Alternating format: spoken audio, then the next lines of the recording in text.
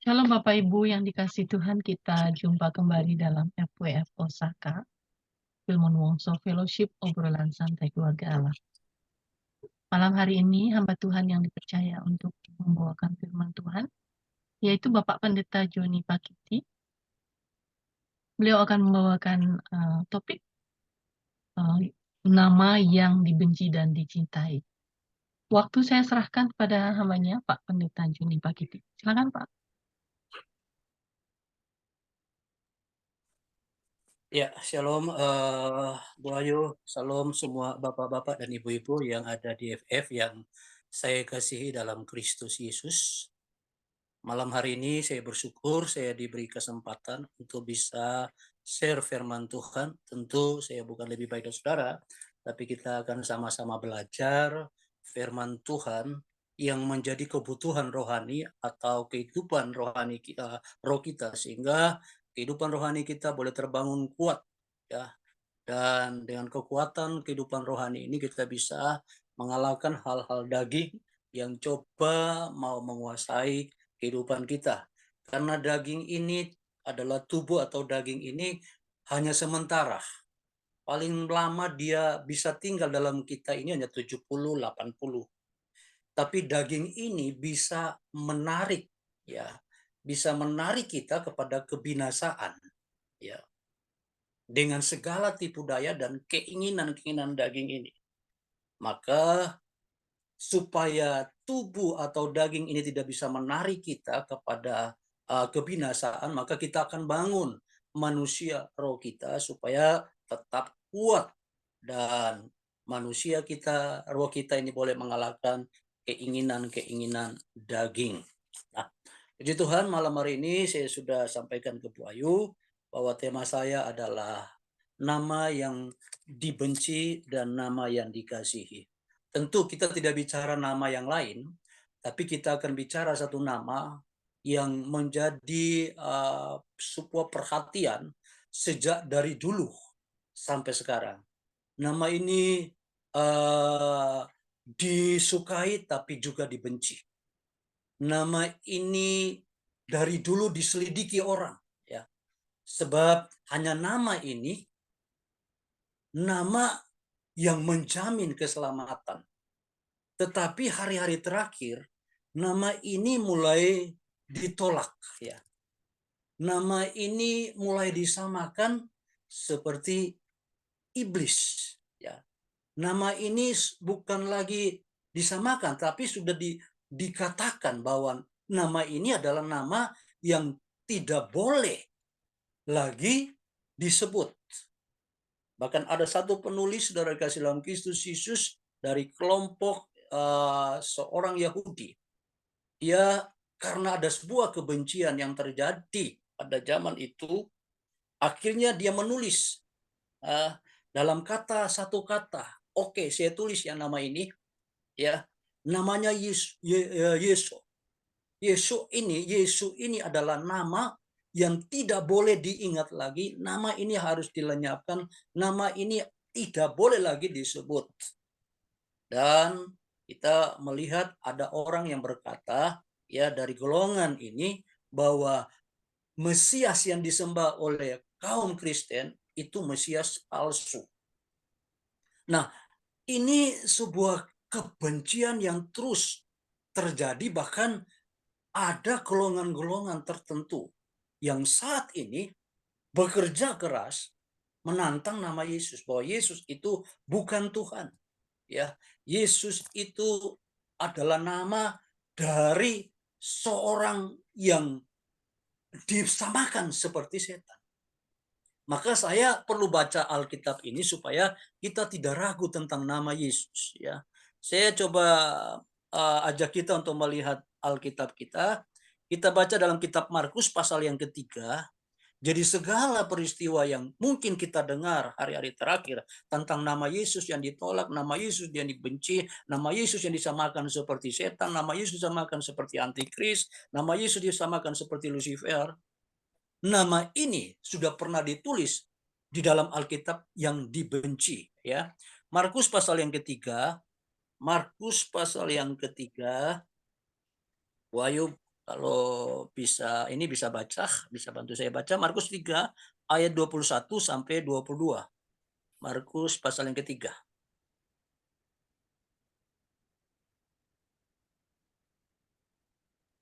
Markus 3 ayat 21 dan 22. Waktu kaum keluarganya mendengar hal itu, mereka datang hendak mengambil dia, sebab kata mereka, ia tidak waras lagi. Dan ahli-ahli Taurat yang datang dari Yerusalem berkata, ia kerasukan Belzebul, dan dengan penghulu setan, ia mengusir setan. Nah, Bapak Ibu Saudara kasih dalam Kristus, kalau kita lihat pada peristiwa-peristiwa sebelumnya atau ayat sebelumnya, Yesus ini menyembuhkan orang buta dan tuli. Dan ini nubuatan yang sudah disampaikan oleh Nabi Yesaya bahwa yang buta akan melihat, yang tuli akan mendengar, yang lumpuh akan berjalan karena dia menunjukkan ketuhanannya dia.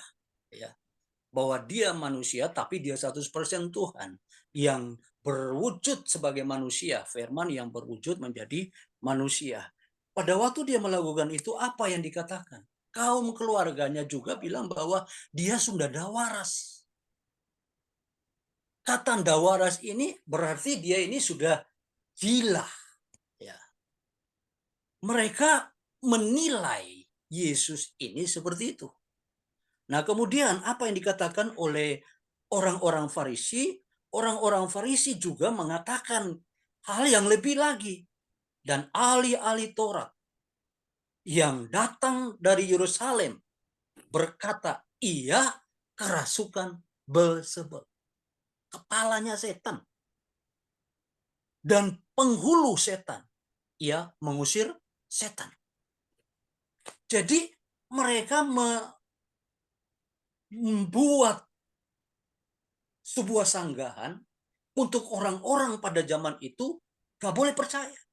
Karena banyak orang Yahudi mulai percaya kepada Yesus dan kepada nama yang diberitakan ini.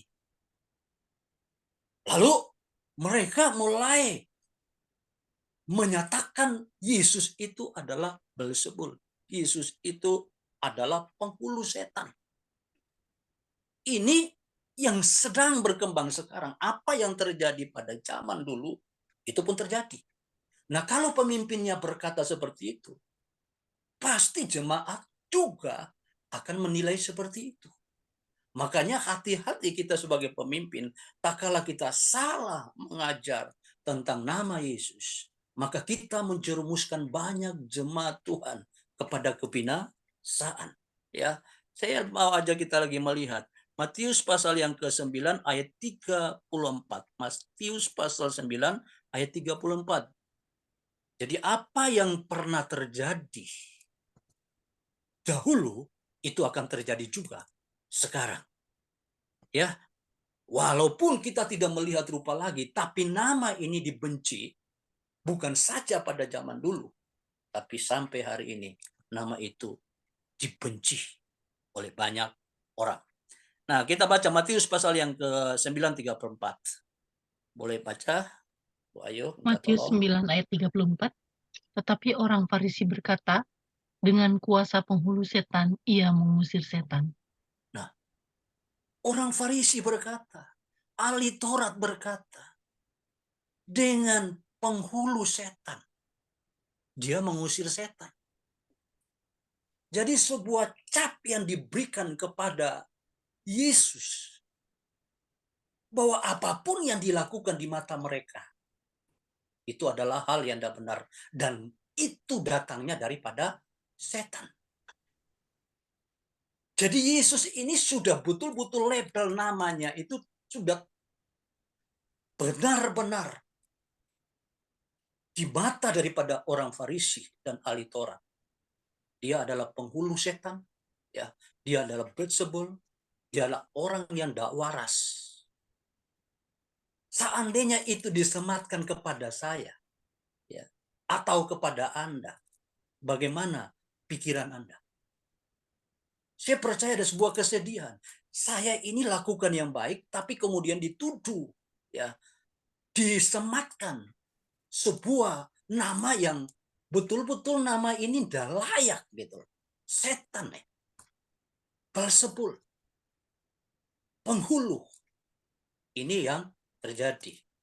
Nah, makanya saya katakan kalau pemimpin sudah melihat dan menganggap dan mencap seperti itu, saya percaya akan sulit membuat jemaat yang lain percaya atau pengikutnya percaya kepada Yesus. Tapi suka tidak suka, Yesus tetap melakukan apa yang menjadi nubuatan-nubuatan para nabi-nabi waktu dia datang ke dunia. Nah, kita baca juga Matius pasal yang ke-12 ayat yang Yohanes pasal yang ke-10 ayat yang ke-20. Yohanes pasal yang ke-10 ayat yang ke-20. Boleh ayat 19 dan 20?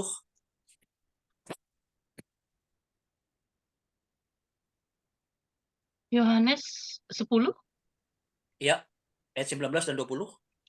ayat 19 dan 20. Yohanes 10 ayat 19 dan 20. Maka timbullah pula pertentangan di antara orang-orang Yahudi karena perkataan itu. Banyak di antara mereka berkata, ia kerasukan setan dan gila. Mengapa kamu mendengarkan dia? Nah, ini ayat-ayat yang menjelaskan bagaimana Yesus menghadapi sebuah penghinaan. Mereka dilarang jangan dengar dia. Karena dia ini kerasukan setan. Dia ini tidak waras, dia ini gila. Saya tidak bisa bayangkan pada waktu itu. Orang akan timbul keraguan walaupun Yesus mengadakan mujizat. Karena ada pemimpin-pemimpin yang mengkonter dan menyatakan bahwa ini bukan dilakukannya datang dari Tuhan, tapi datangnya dari setan, dan dia ini adalah setan sendiri. Rasa yang dialami oleh Yesus pada waktu dia dihina seperti itu, saya percaya dia betul-betul direndahkan, tetapi dipakai Tuhan. Dia mengajarkan kepada kita bahwa dia tidak akan melawan apapun yang mereka katakan. Dia tidak akan melawan itu. Dia tetap menggenapi apa yang sudah dia nubuatkan di dalam perjanjian lama kepada nabi-nabi, ya, yang telah disampaikan. Nah, kita baca saudara kasih dalam Kristus Yesus di dalam Lukas 21, Lukas 21 ayat 37. Lukas 21 ayat yang ke-37. Ini akhirnya Yesus ini menyatakan diri kepada murid-murid bahwa mereka menganggap aku ini pemberontak, tetapi itu nats harus digenapi. Ya, disamakan seperti pemberontak, ya. Seorang pemberontak, ya. Lukas pasal 21 ayat 37. Lukas 21 ayat 37. Pada siang hari Yesus mengajar di bait Allah, dan pada malam hari ia keluar dan bermalam di gunung yang bernama Bukit Zaitun. Ya, ayat 37 itu ya. Iya, Pak. Oh, sorry, 22 ayat 37, 22. Sorry. Dua-dua. Uh, Lukas 22 ayat 37. ya. Sebab aku berkata kepada kamu bahwa nas kitab suci ini harus digenapi padaku, ia akan terhitung di antara pemberontak-pemberontak, sebab apa yang tertulis tentang aku sedang digenapi. Nah, inilah yang Yesus sampaikan karena ada sebuah perlawanan. Dan orang-orang Farisi, ahli Taurat, menganggap Yesus ini melawan hukum Tuhan. Dia dianggap pemberontak terhadap apa yang mereka sudah percayai di dalam hukum Taurat yang selama ini mereka cari. Kenapa? Karena Yesus ini datang ngomong. Waktu murid-murid berkata, lihat bait Allah dibangun cukup lama oleh Salomo, megahnya luar biasa. Yesus bilang dalam 3 hari akan rubuh dan aku akan membangun kembali. Nah, Yesus ini sementara merubah bahwa nantinya bait Allah ini bukan bangunan lagi. Tetapi bait Allah ini adalah diri kita, diri setiap umat Israel yang mau menerima dia. Nanti jemaat atau umat Tuhan akan berkata, hidupku ini adalah baitnya Allah. Yesus sementara merombak ini supaya kita ini memahami bahwa bait Allah yang sebenarnya adalah diri kita sendiri. Saya beri contoh. Ada gereja-gereja yang sudah ditutup karena tidak ada jemaat. Gereja yang besar, tapi kalau tidak ada jemaat, maka gereja itu hanya menjadi gedung kosong. Gereja itu akan menjadi bait Tuhan, tak kala ada orang-orang yang beribadah ke sana. Kenapa? Karena kita ini adalah baitnya Tuhan. Tak kala kita tidak ada di dalam gedung gereja itu akan kosong. Makanya contoh yang kita lihat di Eropa, di Amerika, beberapa gereja yang kosong, dijual dan jadi restoran dan sebagainya. Kenapa? Karena tidak ada lagi umat Tuhan yang beribadah di sana. Tak kala umat Tuhan beribadah di sana, maka dikatakan bait Tuhan. Maka kita inilah baitnya Tuhan. Tuhan ada di dalam diri kita. Ini yang mau dirombak sama Tuhan. Bahwa nantinya Tuhan itu mau tinggal bukan lagi di gedung, tapi tinggal di dalam kehidupan kita. Tetapi sekarang ini banyak gereja yang mengarahkan bahwa bangunan Allah itu adalah bangunan secara lahiriah. Tidak terlalu ditekankan bahwa bait Allah ini adalah diri kita. Sehingga kekristenan kita ini berjalan tidak sesuai dengan apa yang Tuhan mau. Dosa ya jalan dosa terus, gitu ya. Memasukkan firman atas nama firman dan atas nama Tuhan. Kemudian saudara kasih dalam Kristus Yesus, walaupun sudah mengikut Tuhan sekian tahun, melayani Tuhan sekian tahun, tapi hidupnya tidak ada perubahan. Karena kita menyadari bahwa kita ini baitnya Tuhan kalau ada dalam gereja bangunan fisik. Tapi kalau kita menyadari bait Allah ini adalah diri kita sendiri, maka kita akan jaga. Sebab apa? Yang tinggal di dalam kita ini adalah Tuhan sendiri. Lewat roh Tuhan yang menghuni diri kita. Masa sih kita mau sembarang dengan tubuh yang Tuhan berikan ini? Makanya Paulus berkata, tidak tahukah kamu bahwa kamu adalah bait Allah dan roh Allah tinggal dalam kamu. Barang siapa membinasakan bait Allah, Allah akan membinasakan dia. Artinya kalau kita menyalahgunakan bait Allah ini dengan hidup yang sesuka kita, melakukan apa yang kita mau untuk menuruti keinginan daging, padahal ini adalah bait Allah, maka Tuhan akan katakan Allah akan membinasakan. Makanya awalnya tadi saya katakan, daging ini cuma sementara hidupnya, tubuh ini cuma sementara, tapi dia bisa menyeret kita untuk masuk di dalam kekekalan kebinasaan. Dia bisa bawa masuk kita ke neraka. Kenapa? Karena roh kita ini tidak berfungsi dengan baik. Kita tidak menempatkan tubuh kita ini sebagai bait Tuhan. Maka malam hari ini, saudara kasih dalam Kristus Yesus, saya ingin bawa ini, mengingatkan kita ini kembali. Saya sampai berpikir begini, saya ngomong sama teman-teman. Seandainya ini ya, saya ingin menyinggung sedikit ya, agak keluar, tapi ini pembahasan kita di dalam. Seandainya orang Israel ini menerima hukum Kristus, ya, tidak ada dalam Taurat. Karena kalau Taurat mengajarkan mata ganti mata, kamu perang balik perang gitu kan. Ya kamu bunuh, aku bunuh gitu kan. Tapi kalau hukum Kristus kan sampai musuh pun dikasihi. Musuh pun diberi makan kalau lapar.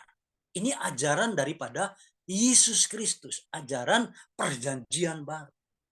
Ini saya berandai-andai seandainya orang Israel menerima ajaran Yesus Kristus. Saya percaya tidak akan terjadi keributan. Ya. Tanah yang sepanggal menjadi keributan, saya percaya akan diselesaikan dengan damai. Ya. Karena Yesus katakan kalau ada yang minta bajumu, kasih jubahmu. Dan mungkin kalau mereka menyadari diri mereka itu adalah bait Allah, dan mungkin dia akan terus mengejar untuk membangun bait Allah nantinya. Karena orang Israel sampai hari ini ingin membangun bait Allah. Bait Allah yang sudah dibangun sudah runtuh. Dan angkanya biasanya ke 70 tahun. Ya, waktu mereka dihancurkan, lalu mereka lagi kembali dari Babel, kembali lagi ke Yerusalem untuk membangun, itu 70 tahun.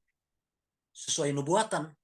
Ya, mereka kembali dari Babel untuk membangun 70 tahun. Di bawah yaitu Imam Yosua yang membawa orang Israel kembali membangun bait Allah sampai pada akhirnya dihancurkan oleh Jenderal Titus.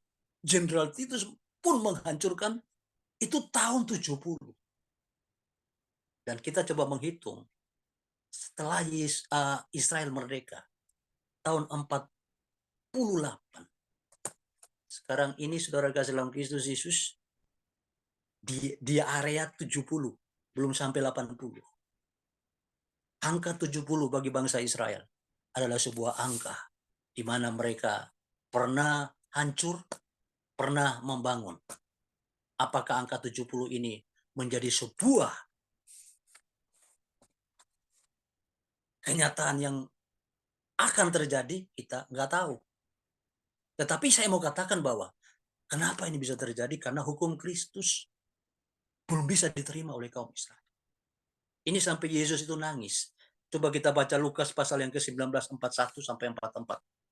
Yesus ini walaupun dibenci, disamakan seperti setan, orang tidak waras, ya. Bahkan sampai dia dibunuh. Di dalam doanya ada sebuah tangisan, ya. Waktu dia ada di Bukit Zaitun, dia melihat kota Yerusalem yang megahnya luar biasa. Dia menangis. 41 sampai 44, saya minta ayo bisa baca. Apa pernyataan Yesus pada waktu itu? Di atas bukit. Ya, Lukas 19 ayat 41 sampai 44 ya Pak.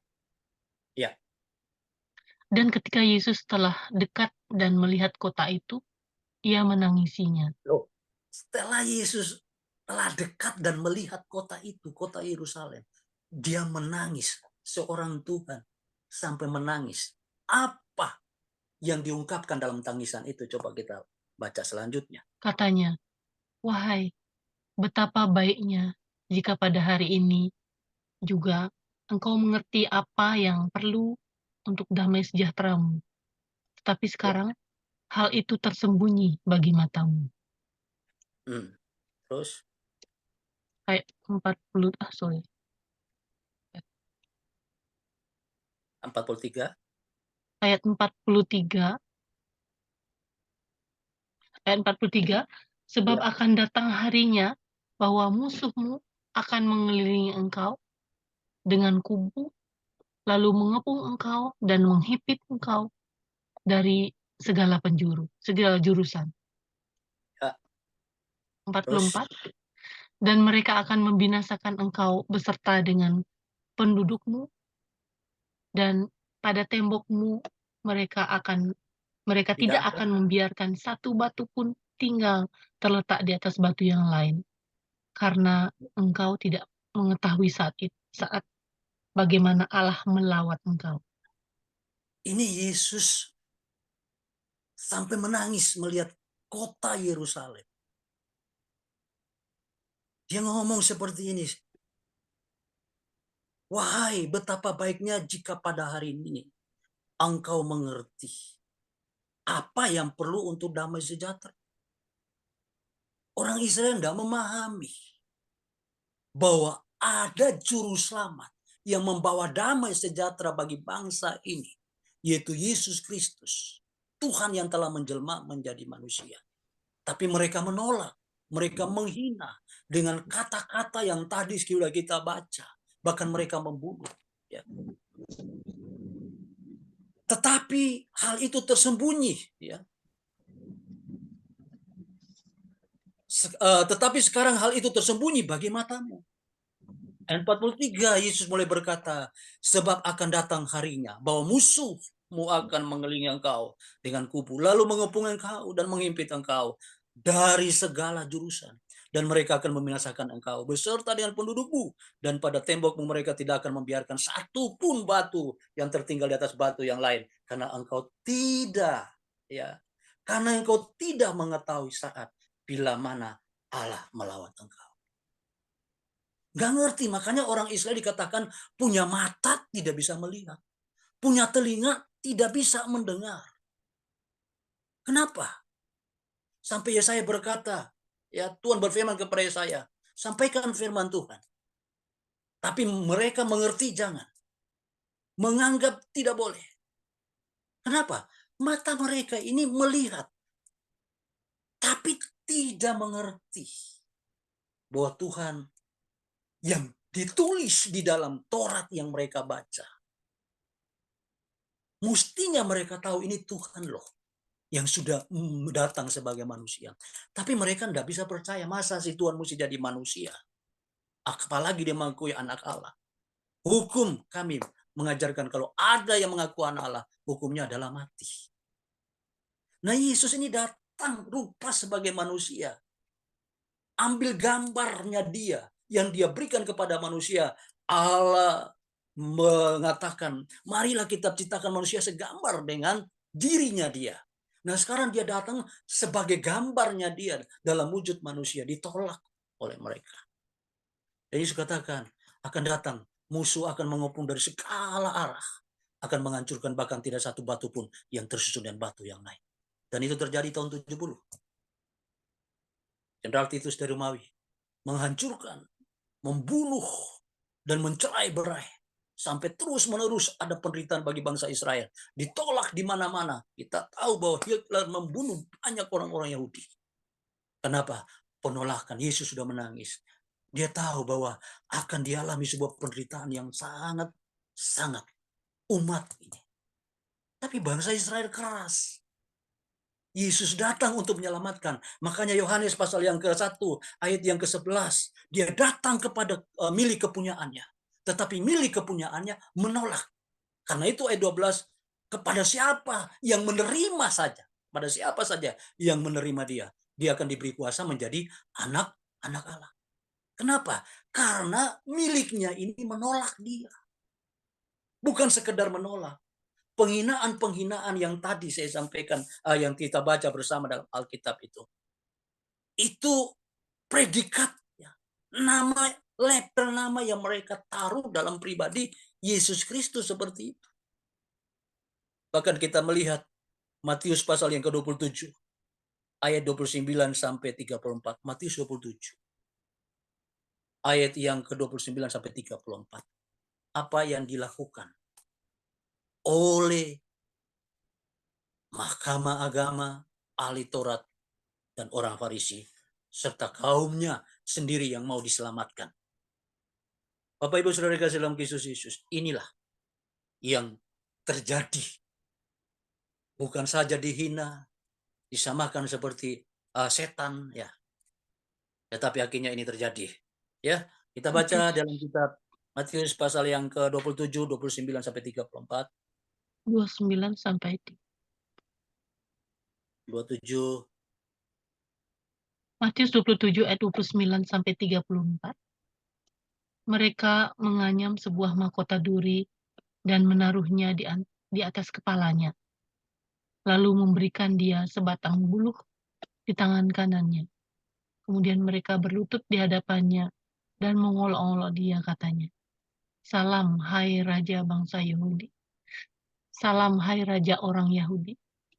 Mereka meludahinya dan mengambil buluh itu dan memukulnya di kepalanya. Sesudah mengolok-olokkan dia, mereka menanggalkan jubah itu daripadanya dan mengenakan pula pakaiannya kepadanya.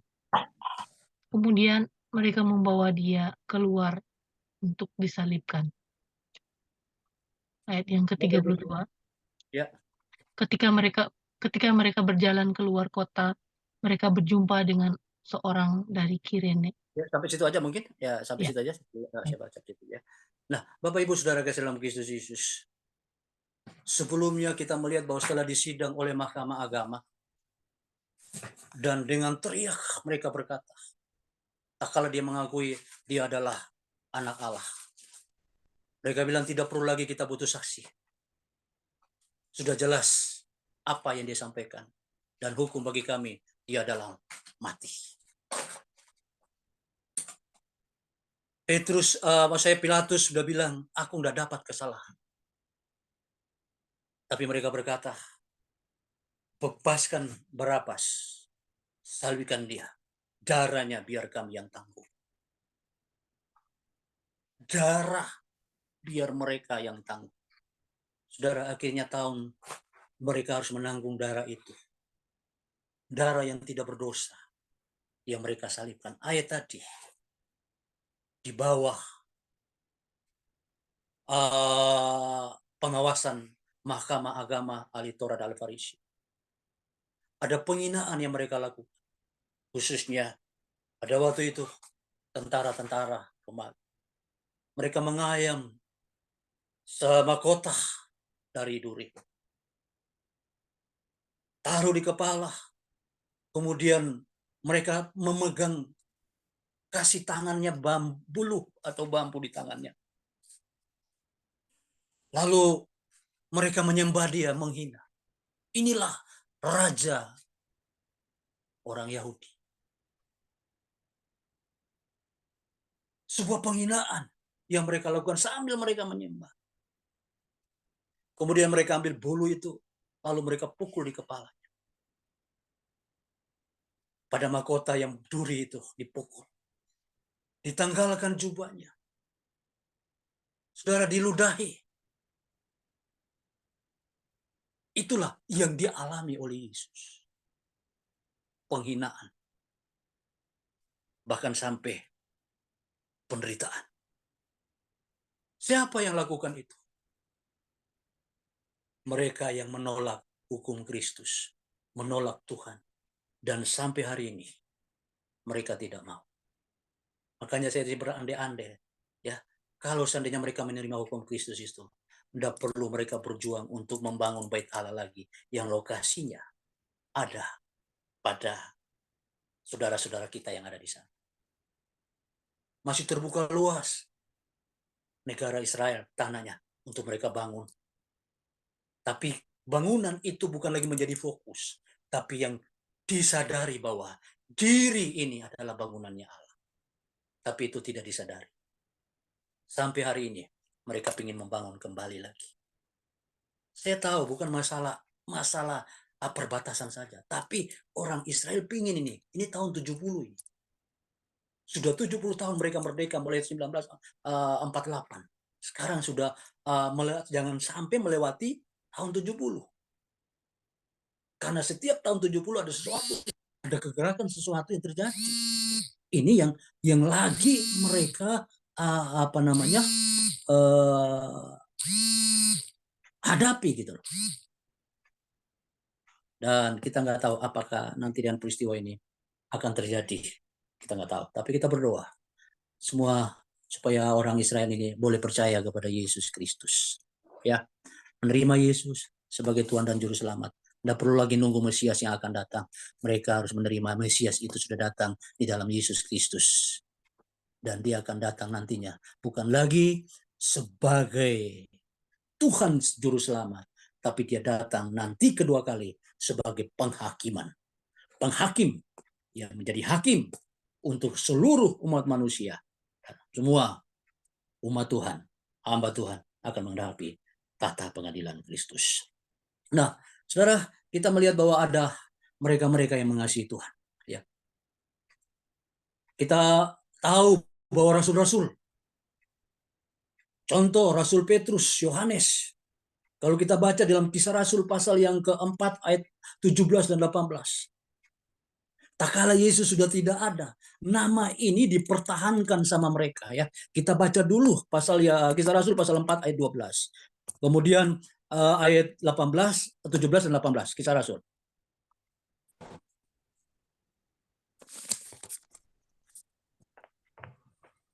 Kisah Rasul pasal yang keempat ayat yang ke-12, kemudian 17 dan 18.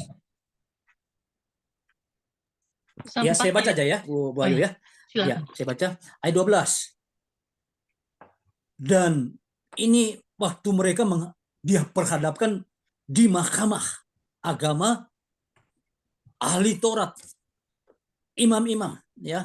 Dan murid-murid Yesus yaitu Petrus dan Yohanes mulai berkata, dan keselamatan tidak ada di dalam siapapun juga selain di dalam nama Dia. Yesus sudah tidak ada. Yesus sudah kembali ke surga.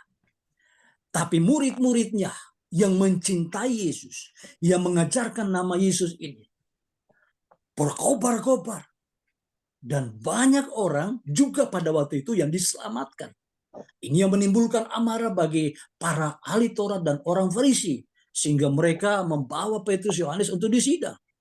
Nah, waktu dalam sidang itu dengan gagah, dengan berani, Petrus berkata, keselamatan tidak ada dalam siapapun juga selain dalam Dia. Sebab di bawah kolong langit ini tidak ada nama lain yang diberikannya kepada manusia yang olehnya kita diselamatkan. Ini harus kita imani seperti yang diimani oleh para rasul-rasul yang dipertahankan sampai akhir hidup walaupun mereka mengalami penderitaan, ya, penganiayaan, tapi nama itu sudah betul-betul tersematkan di hati, sudah betul-betul mereka pegang teguh dan tidak bisa tergoyahkan. Ya, nama Yesus. Tidak ada nama lain yang olehnya kita selamatkan. Kalau ada pengajaran-pengajaran mengatakan Yesus itu bukan Tuhan, mengajarkan Yesus itu Beelzebul, Yesus itu Lucifer, Yesus itu adalah antikris, saya berharap jemaat Tuhan di tempat ini, ya, kita semua hamba Tuhan akan menolak itu ya. Ayat 17, kita lompat ayat yang ke-17 dan 18, 17 dan 18.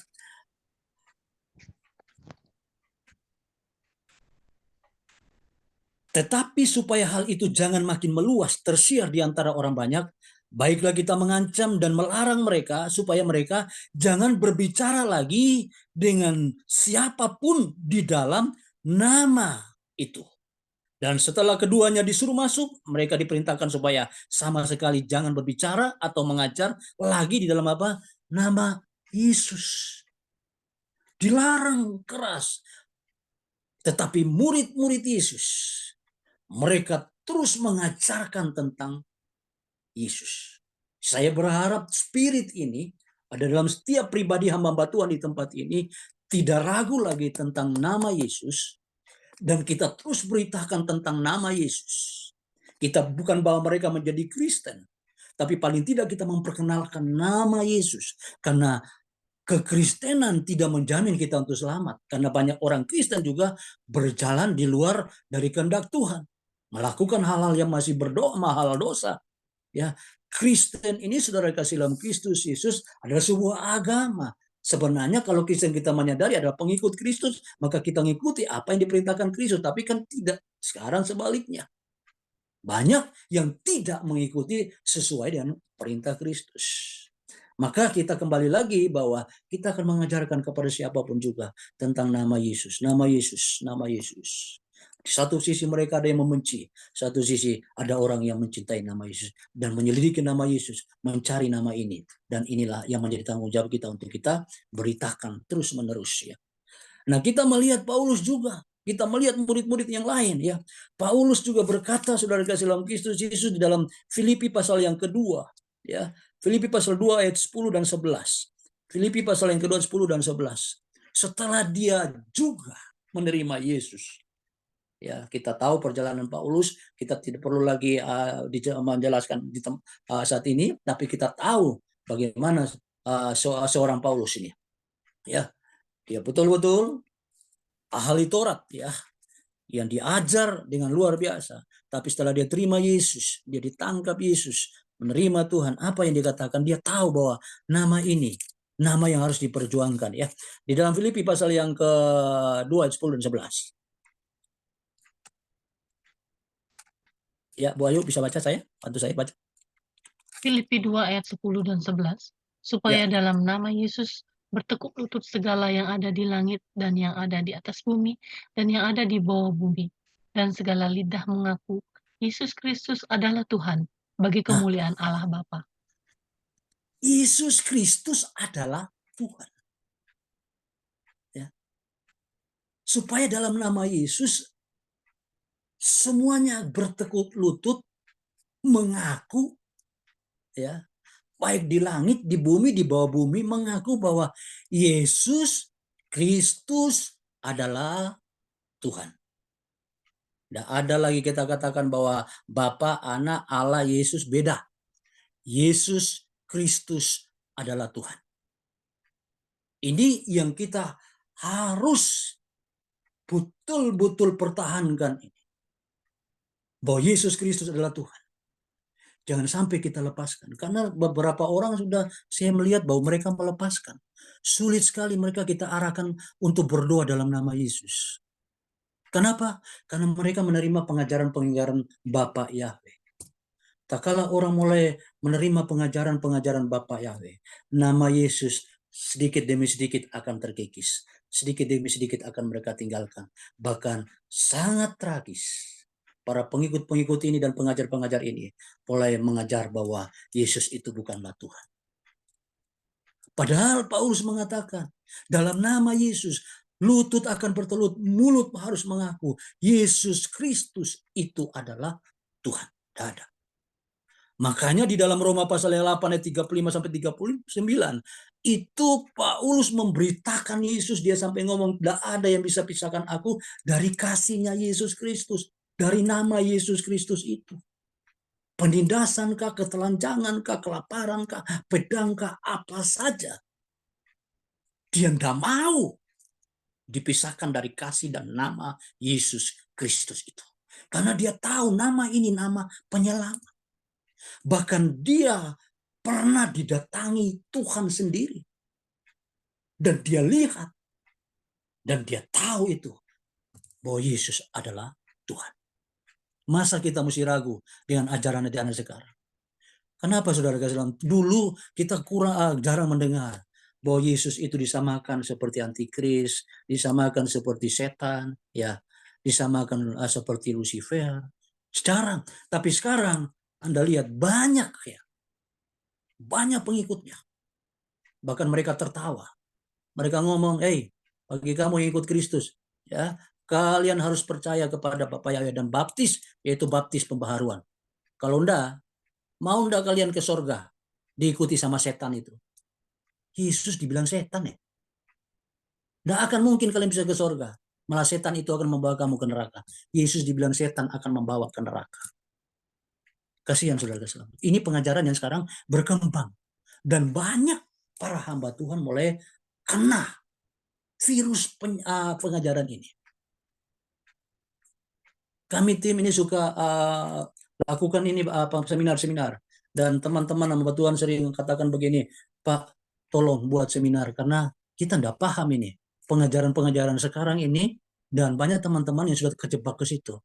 Dan ada yang mereka sudah tidak lagi percaya kepada Yesus Kristus sebagai Tuhan. Karena pengajaran-pengajaran seperti ini. Makanya kita kembali lagi harus membaca firman Tuhan. Yang tadi saya baca, bagaimana nama yang disematkan oleh para Haritola dan orang Farisi terhadap Yesus. Itu setan, kepala setan, saudara. Dan kalau hari ini ada orang yang menolak nama Yesus, ya kita, saudara dalam Kristus Yesus tahu bahwa itu sudah terjadi. Tapi bagi kita yang percaya bahwa hanya satu nama yang bisa kita diselamatkan, itu Yesus Kristus, kita tidak perlu ragu lagi. Kita tak percaya sampai akhir hidup kita. Kita pertahankan nama Yesus, satu-satunya juru selamat. Tidak ada nama yang lain. Hanya nama Yesus. Tidak usah khawatir. Jangan sampai kita kemudian baptis pembaharuan. Sampai baptis pembaharuan pakai HP saja. Anda di mana tempat Anda berada, Anda di situ, saya akan baptis pembaharuan. Saudara, baptisnya pakai HP. Sampai harga nilai baptisan itu sudah tidak ada nilainya. Dikontrol pakai HP. Orang dibaptis pakai HP. Ya. Jadi dia ada di satu tempat, orang-orang di luar tempat lain, dia yang lakukan, tidak boleh orang lain lakukan, dia baptis pembaharuan. Sekali lagi kalau kita ada dalam pengajaran itu, ya saya katakan mari kembali. Masih ada kesempatan untuk kita kembali. Kalau kita mendengar orang-orang menyatakan Yesus seperti itu, kita sudah lihat dalam Alkitab bahwa Yesus pun pernah dikatakan tidak waras, gila, setan, bersebul, dan segala sesuatu yang tidak benar, tidak baik, yang unsur-unsur setannya sudah disematkan kepada pribadi Yesus. Jadi tidak heran kalau ada pengajaran-pengajaran yang muncul seperti itu sekarang.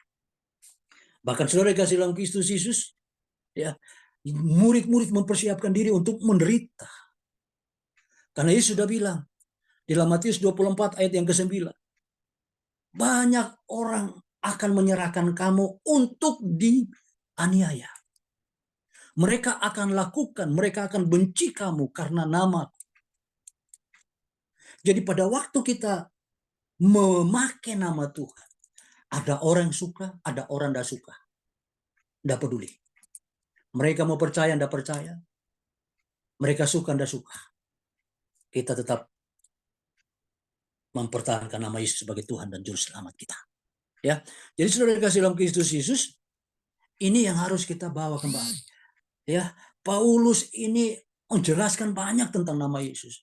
Demikian pula murid-murid Yohanes, Yakobus tentang nama Yesus ini terlalu banyak. Ini bentuk kasih mereka, bahkan bentuk kasih mereka berkorban sampai akhir hidup mereka. Ya. Mereka tidak bicara lagi tentang hal-hal lahiriah, apalagi Paulus. Paulus itu kalau kita baca dalam kitab Roma, dia menekankan tentang manusia, rohnya kuat sekali. Ya. Kalau orang hidup dalam daging dan roh, orang hidup dalam daging itu seterunya Tuhan. Roh dan daging itu berlawanan.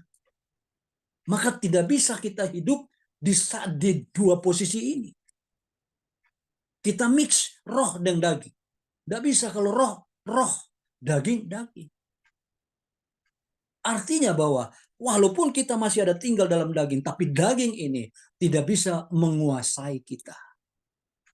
Paulus membawa banyak jemaat untuk hidupnya fokus sama Tuhan. Pikirkan perkara yang di atas, bukan yang di bumi. Karena kewargaan kita ini di sorga, bukan di bumi. Suatu waktu kita akan pulang, kita ini hanya sementara. Nah, khotbah yang ini yang Paulus bawa, ini yang harus kita sampaikan. Kalau daging, urusannya daging, kita kerja. Ya. Jangan daging kita mulai bawa kepada yaitu rohani. Sehingga muncullah khotbah-khotbah tentang kesuksesan, ya, sehat, sukses, dan kaya di dalam Tuhan. Ini kan janji-janji apa? Yesus tidak pernah berjanji itu. Yesus berjanji bahwa dia akan datang kembali. Dia bawa kita kembali ke sana.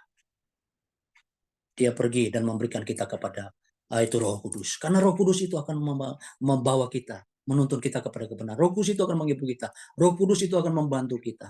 Hanya itu. Inilah yang dilihat oleh orang-orang Yahudi dan orang Israel. Wah, kalau model Tuhan seperti ini, nggak bisa. Bahkan matinya juga seperti itu. Bahkan saudara, sekarang mereka menyatakan bahwa nama itu harus dihapus, dilenyapkan. Tidak boleh lagi diingat. Makanya kalau mereka mendengar orang membaca Yesaya pasal 53, itu mereka tidak bisa terima. Khususnya para ahli-ahli ya yang menjalankan Taurat ini. Makanya kita tidak heran, beberapa waktu lalu kita share di grup ini, salib ini dihina gitu kan. Kenapa? Mereka tidak bisa menerima Yesus kok matinya seperti Tuhan, kok mati seperti itu. Tapi disitulah Tuhan menunjukkan kekuatannya untuk menggenapi kasihnya kepada manusia. Kalau dia bukan Tuhan, dia tidak akan mungkin. Ya, makanya dia bilang, kalau saya ini punya kerajaan, saya bangun kerajaan, maka kerajaan saya, malaikat-malaikat akan menyerang. tapi dia membangun sebuah kerajaan kebenaran, kerajaan keselamatan, kerajaan yang membawa umat Tuhan ini mengalami sebuah penebusan, menempatkan kerajaan yang sudah disediakan untuk kita. Jadi Bapak Ibu Saudara kasih dalam Kristus Yesus, kita melihat orang-orang yang mencintai Tuhan, mulai tokoh-tokoh ini Saudara, bahkan kita melihat banyak orang yang saat ini juga yang mencintai Tuhan, yang mereka mempertaruhkan nyawanya mereka sendiri sampai akhir hidup hanya untuk Tuhan Yesus Kristus. Malam ini saya share ini untuk mengingatkan kita kembali bahwa nama Yesus ini nama yang luar biasa. Walaupun sekelompok orang mengatakan ini harus dihilangkan dari ingatan, ya, tapi nama ini terus berkembang, dipercayai miliaran orang. Disinilah kita tahu bahwa nama ini, nama yang dihujat, dibenci, tetapi sekian banyak orang akan diselamatkan.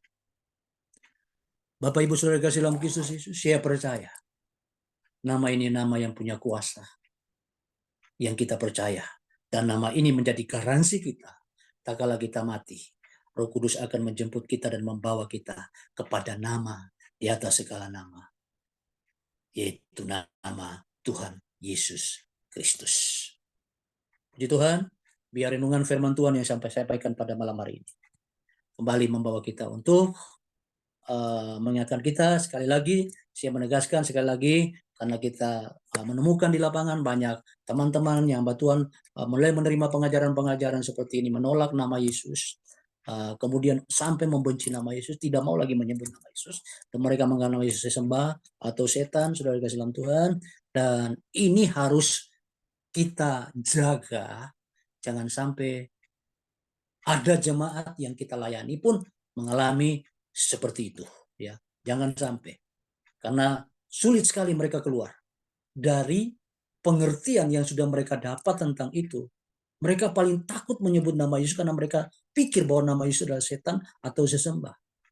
Nah, ini yang kita mulai membawa, mengingatkan, mengajar supaya mereka boleh kembali lagi kepada nama Yesus Kristus sebagai Tuhan dan Juru Selamat. Puji Tuhan, biar renungan firman Tuhan menjadi berkat untuk kita pada malam hari ini, dan kita akan berdoa. Bapa dalam sorga, dalam nama Tuhan Yesus Kristus, kami tahu bahwa nama Yesus adalah nama di atas segala nama, dan nama itulah yang membawa kami kepada keselamatan. Kalaupun ada nama lain yang coba disematkan untuk menggantikan nama Yesus, dan mengajarkan nama Yesus adalah nama yang sama dengan setan. Malam hari ini kami diingatkan bahwa ini pun pernah terjadi waktu Yesus ada di dunia. Bagaimana para ahli Taurat dan orang-orang Farisi menyamatkan nama penghulu setan, iblis, dan sebagainya dalam diri Yesus. Dan tak kala kami mendengar nama Yesus ini dikatakan seperti itu, kami tidak ragu lagi, karena itu pernah terjadi di 2000 tahun lebih yang lalu dalam diri Yesus Kristus sebagai Tuhan, penebus dosa dan juru selamat.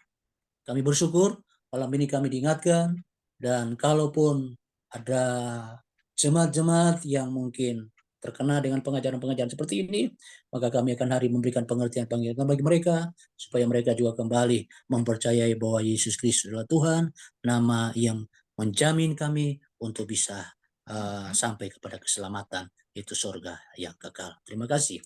Dalam nama Bapa, Putra, Roh Kudus, dalam nama Tuhan Yesus Kristus kami berdoa. Haleluya, puji Tuhan.